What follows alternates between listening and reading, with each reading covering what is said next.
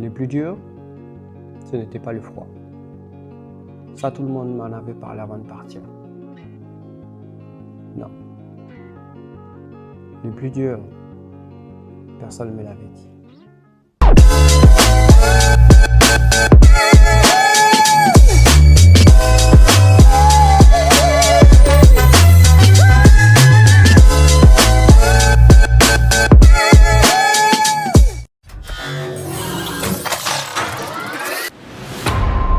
Vous allez me voir apprendre l'anglais, m'aider. Vous allez me voir seul un soir d'hiver à me demander si j'avais fait le bon choix.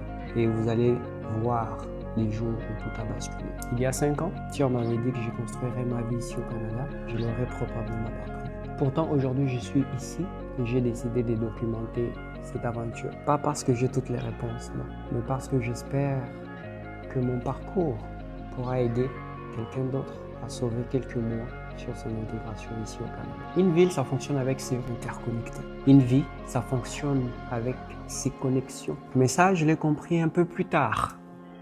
Mais avant d'aller plus loin, laissez-moi vous raconter comment tout a commencé. J'ai choisi le Canada pour plusieurs raisons. Je voulais m'installer dans un pays bilingue. Je voulais améliorer mon anglais. Je voulais construire une carrière, profiter des opportunités qu'offrent ces pays. Mais honnêtement, je n'avais jamais imaginé venir ici. Jusqu'à une rencontre qui a tout changé. Quelqu'un qui vivait déjà au Canada m'a parlé de son expérience, de la qualité de vie qu'elle a pu y trouver. Et cette conversation a été le point de départ. J'avais le choix entre plusieurs villes.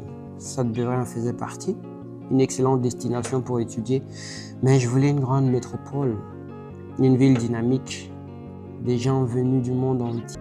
C'est pour ça que j'ai choisi Toronto. Et aujourd'hui, je ne regrette pas du tout ce choix. Mon objectif était simple, m'intégrer vite, améliorer mon anglais, construire ma carrière.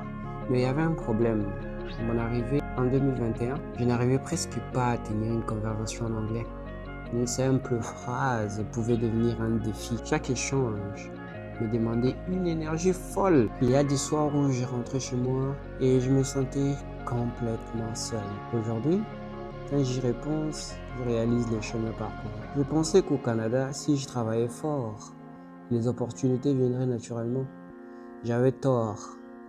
Ce que j'ai découvert, c'est que les opportunités viennent souvent grâce aux rencontres, grâce au réseau, grâce au fait d'être présent, de participer, de s'impliquer. Les compétences, indéniablement, sont importantes, mais les réseaux ouvrent des portes que seul le CV ne peut pas ouvrir. J'ai eu la chance de rencontrer une personne qui est devenue un mentor.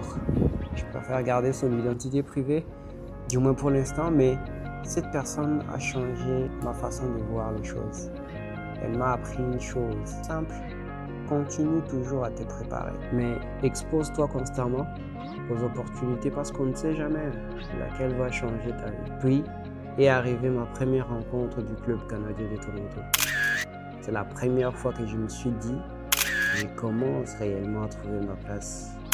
Les communautés existent, les occasions existent, les gens sont là. Encore faut-il savoir où les trouver. Quelques mois plus tard, j'ai obtenu l'emploi que je convoite. Fait intéressant, je l'ai obtenu avant même ma remise des diplômes. Pour moi, ce n'était pas seulement une réussite professionnelle, c'était la preuve que tous les efforts commençaient à porter leurs fruits. Au fil de mon parcours, j'ai rencontré des dizaines d'organismes, des bénévoles, des personnes engagées, des entrepreneurs, des personnes qui portaient réellement la francophonie. Et leur histoire était époustouflante, chacun avec ses particularités. Mais pourtant, les francophones ne connaissent même pas leur existence. Un soir, j'écoutais une entrevue de Kevin Hart sur le podcast d'Air of CEO. Il parlait de l'importance de ne pas quitter cette vie en laissant des projets inachevés. Cette phrase m'a marqué parce qu'il y avait une idée que je repoussais depuis longtemps. Et je me suis dit, si je ne commence jamais ces projets, restera toujours une simple idée. Depuis, une idée me trotte dans la tête. Puis je rencontre des gens extraordinaires.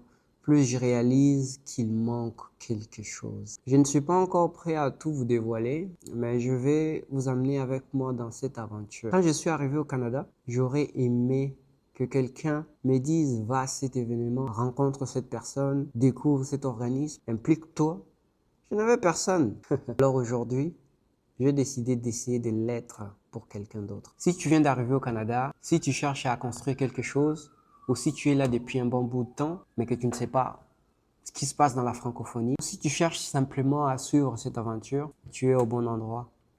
Merci d'être là depuis le début et à très bientôt.